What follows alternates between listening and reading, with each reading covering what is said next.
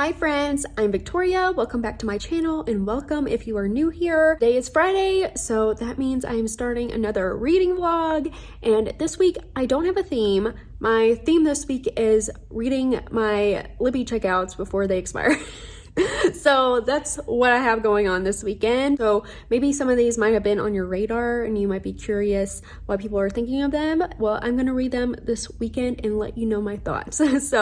But the first one that I'm going to read is Masters of Death by Libby Blake. Now this is technically a fantasy, it's not a horror, but we do have vampires and ghosts in this one. But essentially we have this real estate agent who is struggling and she is a vampire and the house that she is trying to sell is haunted.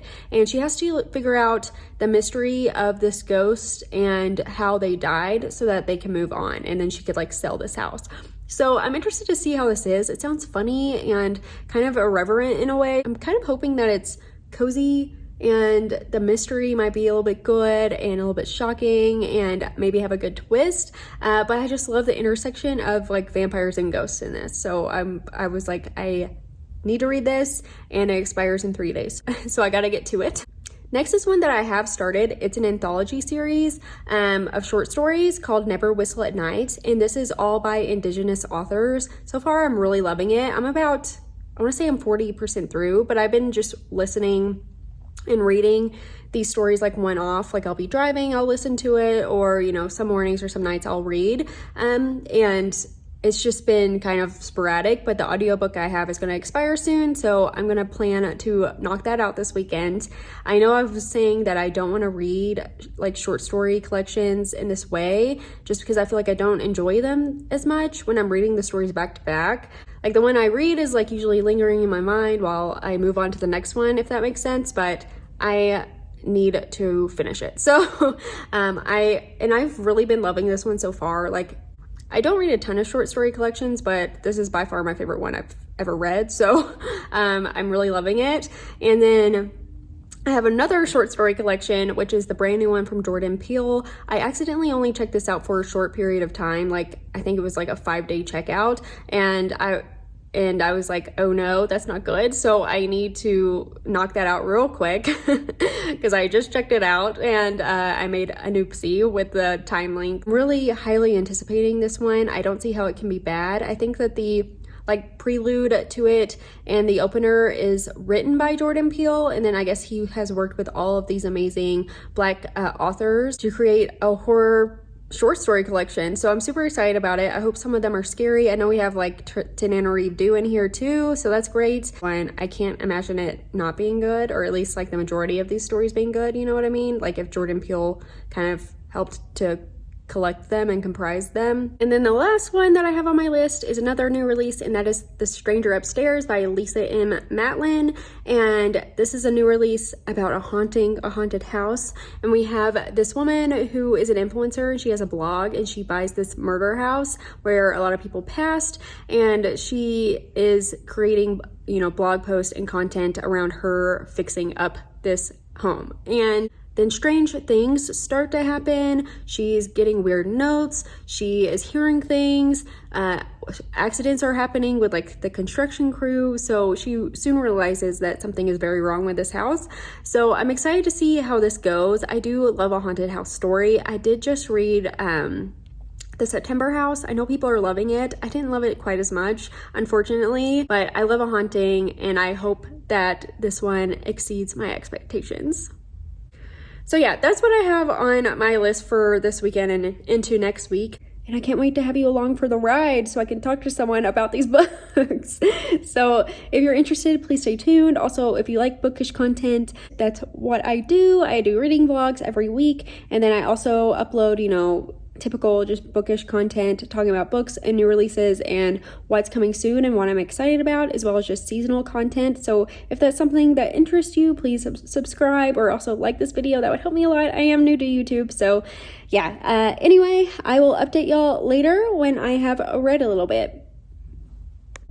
Hi friends. Okay, so it is actually Saturday morning now. Last night I did read about 40% of Masters of Death. I also said it's a new release. It's totally not. I think it just was new for my library, so I thought it was a new release, but yeah, no, it came out in like 2018. So ignore that. But I am liking it. I find myself a little bit, I don't know if it's just like I'm not in the mood to read something like this right now or what it is, but we start out and we're following Death, basically. And Death has this, they call him his godson, but like basically like a henchman, and his name is Fox, and they kind of work together. But Death, of course, you know, cheats people, plays these games, and has people follow these different strict, you know, rules if they, you know, agree to something or play a game with him and they lose, which typically they do.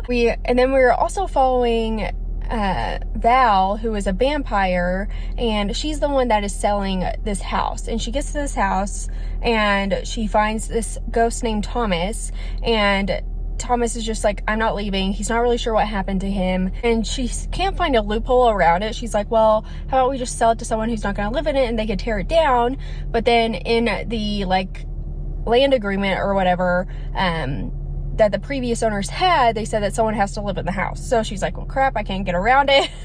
And then she's kind of like trying to figure out how to get this ghost out of the house and help him move on, because he's technically undead too. So Death talks about like the undead. So we have like vampires, we have ghosts, we have just weird like medium people stuck in the middle. Anything that you can think about in the vein of undead, Death is kind of like playing this game of cat and mouse with them, but sometimes he also like puts them stuck there. So it's really just whatever Death wants, basically. Turns out that there's something about this house, we're learning more about it, that maybe will help other undead to beat Death. And Val is really just trying to like figure out how to get this ghost out of the house. She doesn't care about too much else. And she comes across Fox and then this other undead dude named Baird, and they're all like trying to work together to figure out what's going on in this house. Now it is kind of interesting because I'm like, how exactly does this house play into it? They do go into how the people that own this home were considered cursed, and like so many people in the family passed away in these strange ways, and so no one wants to buy this house because everyone thinks that it's cursed and haunted. So there's that as well. But I'm curious to see how much more this house plays into it. But anyway, we're at the point now where something's going on with Death. Like, we don't know where Death is at, and everyone's like, where's Death? Even like the angels are like, where's Death? Because, you know, he usually helps with sorting these people out if they go to heaven or hell. And there's just like lots of layers here.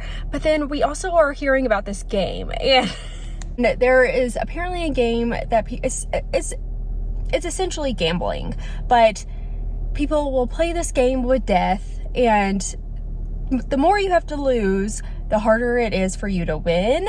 And we have all these undead people like trying to come up with ways to trick Death in this game, because they don't play this game all the time. It's only every now and again. So it's the time to play the game is coming up, and we are definitely seeing Dracula, Count Dracula, he's in here too.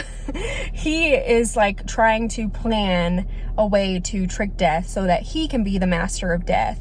So that's interesting. And I'm like, oh, I didn't expect like Dracula to be brought in here, but he is. And then he's like having all of his henchmen and other like vampires and stuff try to work with him to cheat Death and basically win this game so that he could be the master of Death. So there's layers here. There's people wanting all this power and control when it comes to the underworld, the undead. And we're like, where is Death? It's confusing. So we don't know what's going on with Death right now. And then we also have like people looking for this one item, and it seems that it might be in the house. We don't know. So there's lots of layers here, lots going on. I didn't anticipate it to be like this at all. Like in my brain, I thought it would be like like we would just be in this house. It's haunted. We have a vampire there and a ghost. I thought it might be kind of funny, and it's totally not that. I feel like sometimes books, the synopsis will say something totally different, and I'm like, how is this not the book that I thought I was gonna read? you know?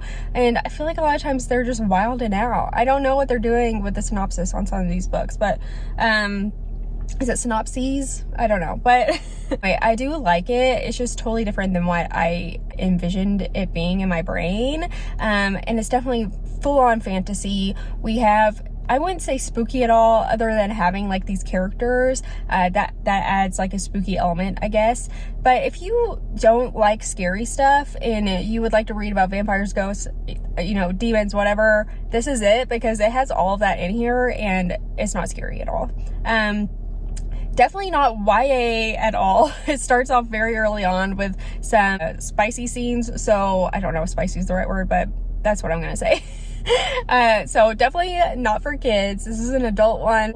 I am excited to see where this goes in the sense of this game and what actually happens during the game, because everything that they've said has been pretty vague. So yeah, but that's my update for now. It's just totally different than what I anticipated, but I am liking it. And right now, well, yesterday I was like so tired. I was struggling. I actually had some friends stay with us Thursday night that were in town, but then we kept our bedroom closed, and usually we keep it open, and our cat Remy was like just waking me up all the time, like wanting out of the room. But I was like, I don't want this cat messing with our friends. So it was like a whole thing, but the cat kept me up like all night, and I was so tired yesterday, but I did manage to read a bit of this book. So that's why I didn't update you.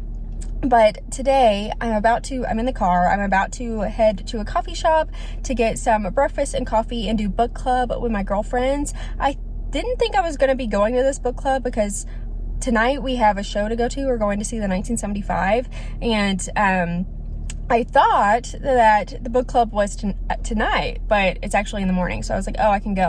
I haven't read the book, but I'll go hang out. So that's what I'm doing. And I'm going to head that way.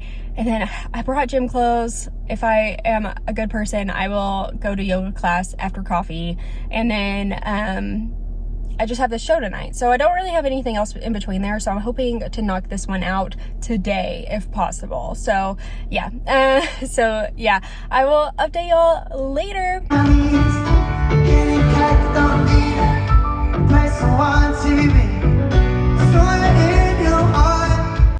Hi friends, it's Sunday morning now. I didn't update you guys yesterday because honestly I didn't read too much yesterday up until like later in the night, but we went to the 1975 in the evening last night and it was so good.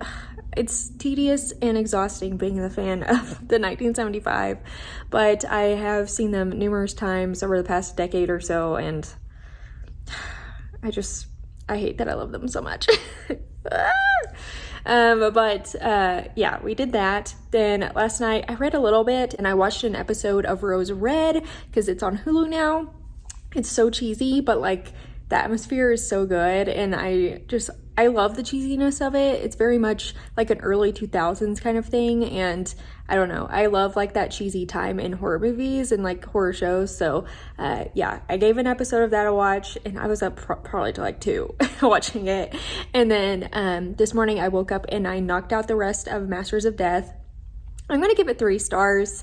I didn't love it. I thought it was good, but there were just some things that felt off about it. Like, we have these characters that are really quirky and their humor is irreverent and really fast-paced and like witty, but then the pacing of the actual story itself was really long and kind of convoluted. Like, we would start getting into the story and then we would switch to like another person's like backstory, and we kept doing that, and it kept taking me kind of out of what is actually going on. And then like I mentioned, we have this game and we're building up to this game, and there's so much build up to the game, but then when the game actually gets there, I was just like, okay, like what?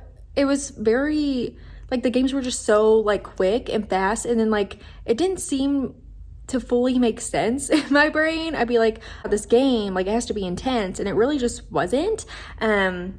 I did like a lot of these characters though. I thought that they were funny and silly. It's just totally not at all what I anticipated. Yeah, how I mentioned yesterday how the synopsis is totally different than what the story is. It's completely different. And I think too that kind of like set me up for not loving it as much as I could have. Like, if you really love fantasy, you'll love this. I like fantasy, but just like the story of a vampire trying to sell a haunted house that has this ghost, and they're trying to solve what happened to the ghost as the main like synopsis that I read. It's not that at all. So and really just like more of a fantasy about the overarching people over the undead and death, and which I thought was fun, but overall not my favorite thing. And I know that a ton of people love this author. I haven't read anything else by them, so, and I think they do strictly just write fantasy most of the time, like fantasy and romance, I think. There was a little bit of romance in here, but it was pretty small and kind of cheesy. Honestly, a lot towards the end was pretty cheesy, but yeah, overall it was good. It wasn't great. I am glad that I finished it and knocked it out before it was due at the library, but I am ready to get on to something else that's a little bit more spooky. I wanted to update you on Never Whistle at Night. I did mention that I am about 40% into this one, and I am loving it. So this is an anthology, just short stories written by authors of Native American descent and Indigenous authors. So and it's been amazing so far. There's been so many stories in here that I've been like wowed by, and it's so hard to do that when it's a short story, you know? So like I feel like it's really hard to get a full story, you know, conveyed in such a short format.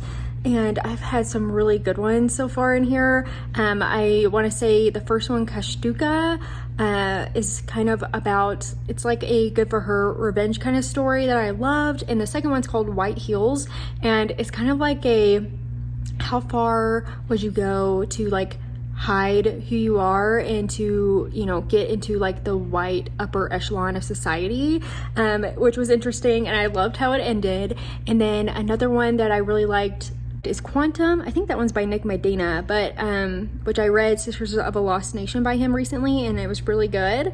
But this one is kind of like a commentary and talking about how this family, they have two sons, and one of them has more Native American blood than the other, so one of them gets on government benefits and the other doesn't. And it's just like this really interesting commentary on ancestry and like how our government you know, perceives people within the community.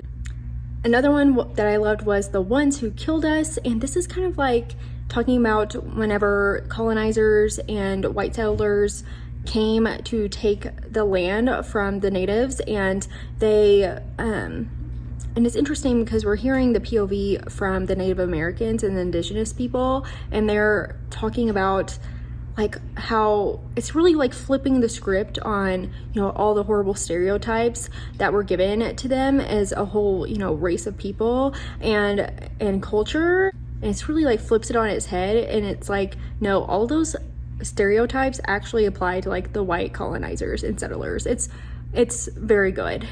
The next one is probably my favorite that I've read so far, and this one, it's so good, and it's called Snakes Are Born in the Dark. This is about like these like this group of like, I don't know if they're teenagers or if they're like in their 20s or what, but they go on like this hike to go see some petroglyphs and like ancient, like a sacred area pretty much to the Native Americans. One of the people in the group is white and a total a-hole, and he's like vandalizing these petroglyphs and like the paintings. Our character, who is a Native American, is like, don't do that, and they get in this argument. They end up losing their car keys and they're like lost, but then something happens, like weird things start happening to them, and one of the characters, something horrible happens to. It is wild. It was so good, and I thoroughly enjoyed it, and I was like, whoa, this is different. So yeah, highly recommend that one, and I'm gonna keep listening. I am gonna pick up a little bit more, and I need to water my plants.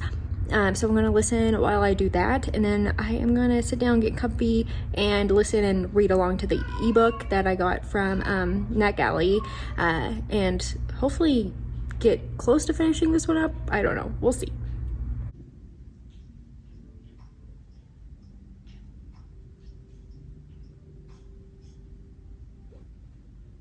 so update, I have been reading for a while. It's almost 5 p.m. now, and I'm 70% into Never Whistle at Night. So far, like the second half has not been as good as the first half. Like just haven't been, like all the ones I've read, I'm like, oh, that's fine. There have been a couple that I wasn't crazy about, but I just read one called The Prepper. That is my favorite so far. It's so good. Like, honestly, I wish that it was a full book because this would have been an amazing novel, but it's kind of like about, we're following this person and he's on trial. He's kind of like mentally unstable and he becomes really obsessed with zombies. And he talks with his grandpa who is getting older and is ill. And he talks to him about like a creature like that, but in their culture, and it's called the Naga. And he just becomes obsessed with this. But the twist in what's going on, and when you realize what actually happened, so good. Like if this was in a novel, the twist would have been like, it probably would have knocked my socks off. So, but yeah, really good one. It's called The Prepper, and I thoroughly enjoyed it. So I'm really happy about that. Yeah, so I'm 70% in. I am probably going to stop reading. I think I'm going to watch some more Rose Red, and Drew just went to go get Chinese food for dinner. I know for sure we're getting sesame tofu. I don't know what else we're getting, actually. Maybe we'll watch a scary movie tonight. I'm not sure if Drew has any football games that he has to watch. I hope not. If he does, then I will just continue watching Rose Red in the bedroom, and he can watch football out here. But a pretty average, cozy Sunday of me reading and not doing a whole lot. I did pick up a tiny bit, but overall I haven't done a whole lot, which is kind of nice. It's like the best way to spend a Sunday, in my opinion. I might finish the book tonight. I don't know. If not, I will for sure tomorrow. Tomorrow is also Indigenous Peoples Day, so I was like, wow, how perfect is that? I'm reading this short story collection by all Indigenous authors, and it's about to be Indigenous Peoples Day, so thought that was cool. And I'm hoping that there's another story in here in the last like 30% that really wows me again. So, because I will be happy with that if there's just like one more that really gets me.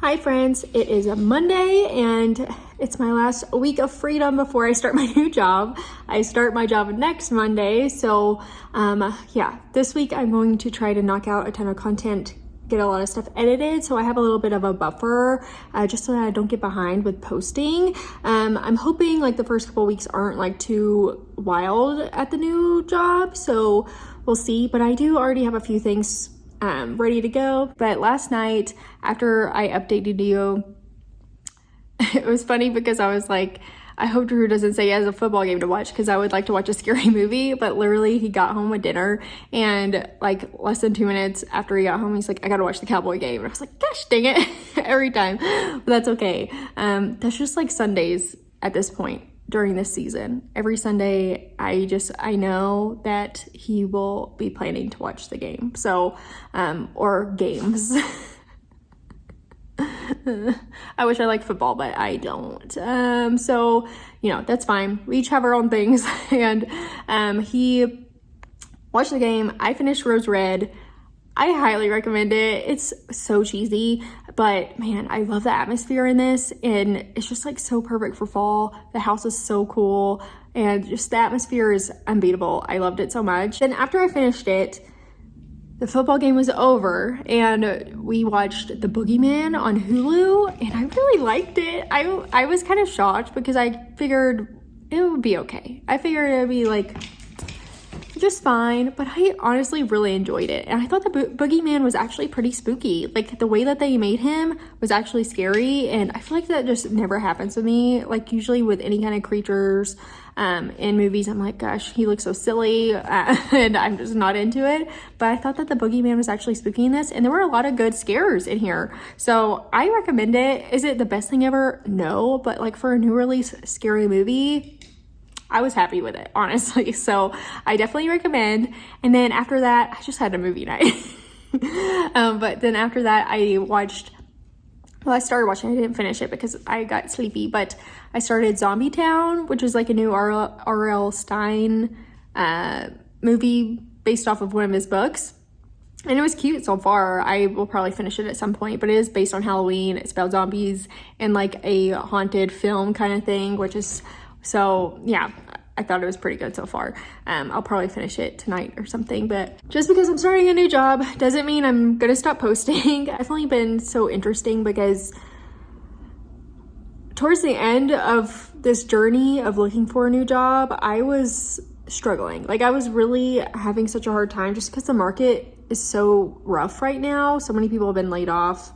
And in another video, I was like almost in tears. And I just want to say, if this is you, if you are in it right now, looking for something new, don't give up and be easy on yourself. I think I was like really taking it hard on myself, and like just the rejection is hard. It is like being told no a lot over and over again, or like getting your hopes up about a position and having interviews with them and then just nothing happening. I will also say that there were a couple of places that I interviewed with that asked for assignments, and I did them, and they were like full on assignments, like took days. And don't do that.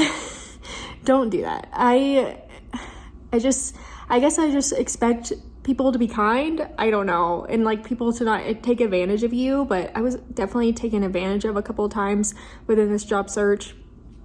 And one of them, I did this huge, I'm so stupid. Like I feel so dumb now, but like one of them, I did a full, like they asked for like a quarterly like strategy. And I did this full strategy, like made a whole deck, gave them a large list of creators and like what I would, think their rates would be and like a fair amount to pay them for the budget that they had for the quarter, and like a whole thing. And then I do it, I present it, and I don't even hear back from them. Like I was so frustrated, like, because at that point I'm like, you took my work, and that's fine. But just like, at least like tell me, like they could have emailed me and been like, we're going with someone else. Like I had to reach out to them and be like, I haven't heard from you. I hope that you enjoyed like the presentation and stuff. And finally they were like, yeah, we went in a different direction. So I was like, okay. And then I felt really used. And then there was another instance where they asked for like an example of like a launch strategy. And then I did that. Again, pulled like a really amazing list of influencers. If you don't know, I work in influencer marketing. I am not an influencer at all. I work in influencer marketing on the brand side. So I handle, recruiting and relationship building with creators, as well as any like affiliate codes, tracking. And then aside from that, I also contract negotiations, like creative briefs, and making sure they're making the content that we are asking for, and then how we leverage that as a brand. And and this one company asked for a full launch strategy. I picked out some really amazing creators, like so good. And it sucks because they have worked with some of these creators since then, and I just had to unfollow them because I was like getting upset because, like, not the creators, but I mean, the creators wouldn't know, but like I had to unfollow the brand because I was like, obviously you just used what I made in this selection of creators and influencers and just ran with it and like took it. It was just, so at that point I was like, okay, no more assignments. If someone's asking for an assignment that's like going to take more than an hour, like if it's something small that's asking like general questions about the role and what the job position is like, fine. But yeah, I'm not doing anything that's going to take more than an hour or so. And I'm glad I put my foot down with that because that was just like the worst, especially like spending time doing this work and then me just being like, I don't want to say clueless, but like just expecting like people wouldn't treat others that way. I don't know. I just would never do that to someone. And if like I was in a recruitment HR position or in a role at a job where I was set to hire new people, or even just like go through people and see, you know, their skills, I would never ever ask them to do something like this. And it just sucks because I just didn't think anyone would ever do that. But anyway, I digress. I'm just rambling now. But I want to say, stick to it. You will find something. You will find the right thing. And the market's tough right now. I know it is. It's brutal. I hope that any of y'all in the same boat when it comes to the job market, searching for jobs.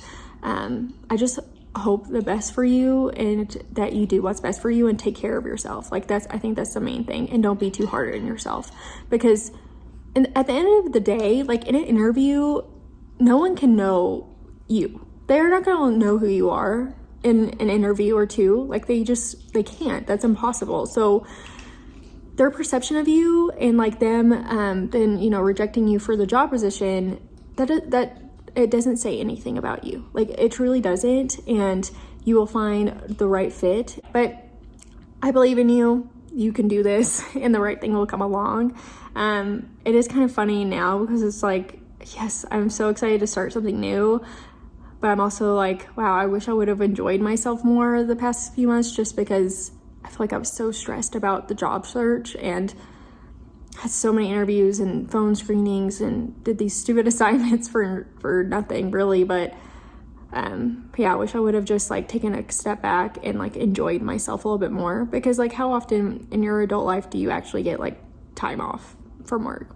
I mean, in the US you don't. So but that's okay. The time has passed now.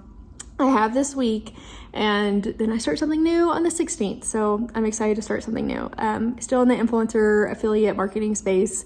So excited about that. But yeah, anyway, I'm just rambling now. I finished Never Whistle at Night this morning, and I really enjoyed it. I do still think the first half was better than the second half, though I don't think any of these stories are bad. And most of the times that I've read anthologies or short story collections, I feel like the majority of them are bad, and there's like 2 or 3 where I'm like, wow, this was awesome. But with this one, all of them are good or pretty great, and some of them are really awesome. So, you know, I am really happy about that. Probably my favorite like short story anthology I've read, and I highly recommend it. It is also October 9th. It's Indigenous Peoples Day, so I thought that was really fitting that I finished it this morning, and I highly recommend it, especially if you're looking for new Indigenous authors to read. Highly recommend this to kind of get a feel for the writing, especially like in the horror space. Like some of these are pretty spooky, so I really enjoyed that. I have The Stranger Upstairs that I'm going to start today, and it's a pretty short one. I want to say it's like the audiobook's 9 hours. So I'm hoping I can finish it soonish because it's due tomorrow. I feel bad because I've had these books checked out, but like, I don't know what happened, but like I couldn't get to these. So I'm getting to them now before they go back to the library. And, I'm pretty sure it returns tomorrow at like 2 p.m. or something. So I need to get on that tonight and knock that out. Also, Out There Screaming, which I think I'm not going to finish in time. I actually think I'm going to buy the book through Audible with one of my Audible credits, because it is a longer one and I really want to read this, and I don't think I can get to it in time before it's going to like return to the library. I'll update y'all later when I'm a little bit into The Stranger Upstairs. Okay, friends, I'm about 20% into The Stranger Upstairs, and I'm kind of loving it so far. We have this woman and her husband, and they moved into this Victorian home. This house is a murder house. A whole family were killed there. The husband lost it and murdered his whole family. So there's that. And she has bought this murder house. She talked about how it's in this neighborhood and like part of town that she has always aspired to live in, and they were able to get this good deal on this home. She's remodeling the home, and she is blogging all of it, and she has like hundreds of thousands of followers on the internet, and like this is her next venture there. She is also a therapist, so during the day she's doing like therapy sessions, but we come to find out that she is like a total fraud. She doesn't really have a degree. She's lying about who she is, and she talks about how no one really knows who she is or where she came from. We're getting like sprinkles of the truth of who she is, and also her husband, because I think he's lying too. So I am so intrigued by this. Aside from that like mystery element, we have the house, and strange things are happening there. She started to like see a few things and having like weird dreams. We have some like workers to come help fix the home that have gotten hurt, and then we also have this neighbor who's an older man who also knew the family that lived there prior, and he's like warning her, and he's like saying the house is like bad. And so we're having like this haunting element, and then we're also having like this mystery of like, what are these people hiding? So I'm liking both of those elements, and it's very different than what I anticipated so far. I am hoping that I do kind of have an inkling of what might be going on, not with like their past life, but what's going on with the house. And I hope that I'm totally wrong, so I'm not going to say anything in case it is right, but I hope that that's not it. That's my update for now. I am finishing uploading a video, and I'm going to keep reading until that's fully uploaded, so I know that it's ready to go live in the morning. And yeah, I'm going to keep reading throughout that, so I will update y'all later. Hi friends, it is Tuesday morning. Ignore this large pimple that I have. I keep messing with it and just making it worse, but I got a little patch on it now. But I am about 60% into The Stranger Upstairs. I am still really liking it. I don't know if I mentioned previously, but our narrator seems very unreliable. We have no idea what is going on with her, where she's from, who she actually is, who her husband is, what the truth is, and I am loving that aspect of it. Also, her and her husband are like on the rocks. They are struggling. They don't even like kiss each other. They like hate each other right now. So there's that. And then a change does happen, and it's very interesting how it just introduces this, because it kind of like brings in, I wouldn't say mixed media, but a little bit. Like we're hearing from a reporter and like a news report, and we're just learning more and more about what ends up happening. It's gonna be happening in the future. So we're kind of getting an inkling of what this is all leading up to. But then we are learning more about the house and the people that have lived there after the murders too, and stuff is coming out about that. But our narrator is unwell. Like she is struggling, and it like makes you wonder, like, is this whole thing just like, is she just having a mental break, or like what is actually going on? But otherwise, what's going on with her, I have no idea. And I'm interested to see how things keep spiraling, because it's definitely like she's spiraling out of control. So I am still really, really liking it. Really different than what I thought, because I was just thinking this is going to be like a haunted house story, and it's not. Like there is the haunting aspect, but like a very small amount. Like it's more of a commentary on like mental health, and then this woman that has just like defrauded all these people in her life and like lied about who she is, and like her being scared of getting caught. So it's like a really good mixture of like thriller, mystery, and then like with a bit of horror, like a tiny bit of horror with the haunting aspect. But I'm kind of loving it. So yeah, I'm really happy. Also, I saw that this is a debut, which I'm shocked about, so good for her. But yeah, I don't have anything today. Usually Drew works from home on Tuesdays, but he decided to go in the office today because they have like a big project they're working on. So here I am at home.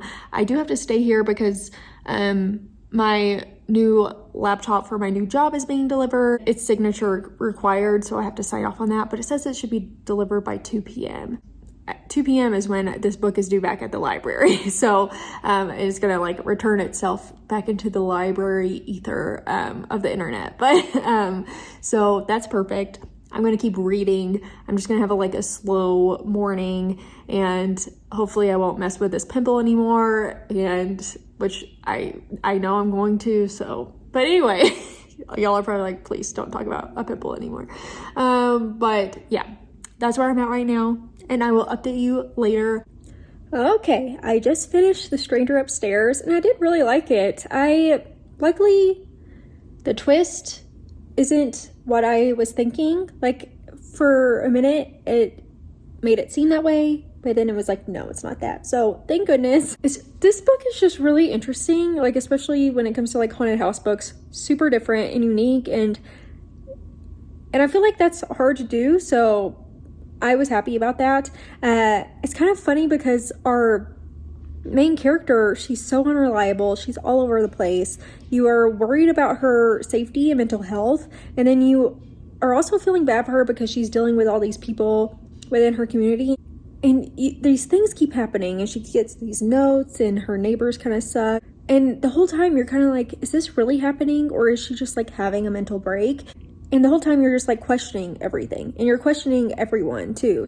And what ends up happening is not my favorite thing, I will say. Like, what's going on with the home is not one of my favorite things. But I was okay with it, and I was like, okay, this makes sense, and that works for me. Like, I'm fine with it. I liked the ending and how everything ended up. I was like, okay. And it's kind of funny because you're like, is she a fraud? Is she a horrible person? She's done these things, but I also like feel bad for her, and I want her, and I'm kind of rooting for her in a way. So it's just like a funny dynamic going on with this one, and it kind of pulls you all over the place.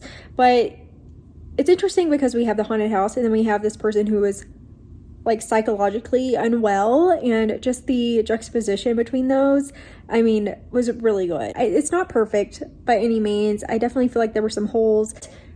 I think I'm gonna give it, I'm kind of between 3.5 and 4 stars. Hi, Remy. I think I'm gonna give it 4 stars. Honestly, I'm kind of surprised by this because I do think that this has some plot holes. I don't think this is like the perfect book ever, but it's so fast-paced, super fun and different. I liked the characters, and I was just, the whole time, I was like, I want to know what's going on. And I read this really fast. Like, I was like really into it. So, you know, I'm giving it 4 stars because I had a fun time with it and I enjoyed it. If you are into like hauntings or like thrillers more, like this is definitely more of a thriller. Who's after her? Is anyone after her? Is this house haunted? Is it not haunted? I just loved all the dynamics going on here. I do think that people are kind of split on this one, but I liked it. I'm doing it now, and FedEx isn't here, so I'm still just gonna hang out around the house. Gonna take Jasper outside again, and then have some lunch, some leftover Chinese again. So that's all I have going on. I'm trying to decide if I'm gonna fit another book in here or not. I will let you know. Hi friends, I need to film an outro to this video. It is the next day, and I was like, I never filmed an outro there. I know I was thinking about whether I was going to read another book or not. I decided against it. And I mean, 3 books in here, I figured that's a solid amount. I mean, Masters of Death, 3 stars, good, not great. It was just fine. Definitely if you love fantasy, I think you're gonna love it so much. If you go into it looking for a fantasy, you might like it better than me. So just gonna put that out there right now because it was very different than what I thought it was gonna be. My dog is running back and forth if you can hear him. And then Never Whistle at Night, which was 5 stars, freaking phenomenal. Like, for an anthology, please read this. Especially, I mean, I think it's just like the perfect season to read it. What better way to like discover new Indigenous authors than to read this amazing anthology series? So highly recommend. The Stranger Upstairs, which I cannot believe how much I like this book.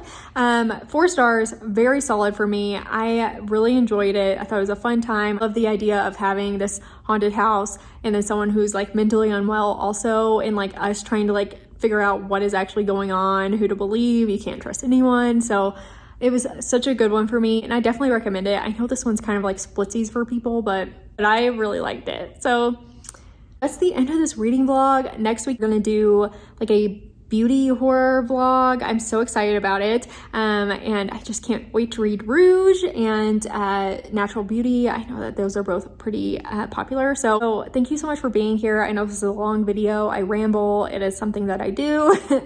Even though I'm talking to the camera, I feel like I'm talking to you all. So, you know what I mean? And I just enjoy talking about books so much, and it's so much fun. And I thank you for being here. I really appreciate you. If you enjoy this video, please give it a thumbs up. That would help me. I am new to YouTube.